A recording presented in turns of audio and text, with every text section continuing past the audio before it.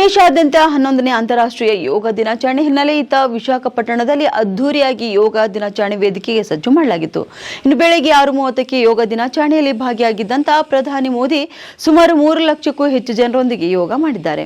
ಇನ್ನು ವಿಶಾಖಪಟ್ಟಣಂನ RK ಬೀಚ್ನಿಂದ ಭೋಗಪುರವರೆಗೆ 26 kilometre ಉದ್ದದ ಕಾರಿಡಾರ್ನಲ್ಲಿ ಅಂತಾರಾಷ್ಟ್ರೀಯ ಯೋಗ ದಿನಾಚರಣೆ ವ್ಯವಸ್ಥೆ ಮಾಡಲಾಗಿತ್ತು. ಯೋಗ ಕೇವಲ ವ್ಯಾಯಾಮವಲ್ಲ, ಅದು ಒಂದು ಜೀವನದ ಭಾಗವಾಗಿದೆ. ಹೀಗಾಗಿ ಪ್ರತಿಯೊಬ್ಬರು ಯೋಗ ಮಾಡುವಂತೆ ಪ್ರಧಾನಿ ಮೋದಿ ಹೇಳಿದ್ದಾರೆ. ಯೋಗ ಅಂದರೆ ಎಲ್ಲರೂ ಒಂದಾಗುವುದು. ಇಡೀ ವಿಶ್ವವೇ ಯೋಗ ದಿನ ಆಚರಿಸುತ್ತಿರುವುದು ಸಾಧಾರಣ ವಿಷಯವಲ್ಲ. ಇನ್ನು ಯೋಗ ಇಂದು ವಿಶ್ವವನ್ನೇ ಒಂದು ಮಾಡಿದೆ. ವಿಶ್ವದ ಕೋಟ್ಯಾಂತರ ಜನರ ಜೀವನ ಶೈಲಿಯನ್ನು ಕೂಡ ಈ ಯೋಗವು ಬದಲಿಸಿದೆ ಎಂದು ಪ್ರಧಾನಿ ಮೋದಿ ಹೇಳಿದ್ದಾರೆ.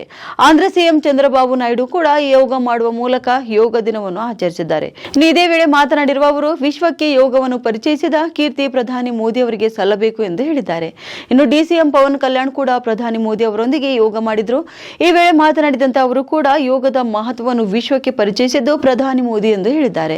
ಅಷ್ಟೆಲ್ಲ ಇನ್ನು ಕಾರ್ಯಕ್ರಮದಲ್ಲಿ ಸುಮಾರು 25,000 ಬುಡಕಟ್ಟು ವಿದ್ಯಾರ್ಥಿಗಳಿಂದ 108 ನಿಮಿಷಗಳ ಕಾಲ ಸೂರ್ಯ ನಮಸ್ಕಾರ ಪ್ರದರ್ಶನ ಮಾಡಲಾಗಿತ್ತು. ಇನ್ನು ವಿಶಾಖಪಟ್ಟಣಂನಲ್ಲಿ ಯೋಗದಲ್ಲಿ ಪಾಲ್ಗೊಂಡಿದ್ದ ಪ್ರಧಾನಿ ಮೋದಿಗೆ ಸಿಎಂ ಚಂದ್ರಬಾಬು ನಾಯ್ಡು ಮತ್ತು ಡಿಸಿಎಂ ಪವನ್ ಕಲ್ಯಾಣ್ ಸನ್ಮಾನ ಮಾಡಿದ್ರು.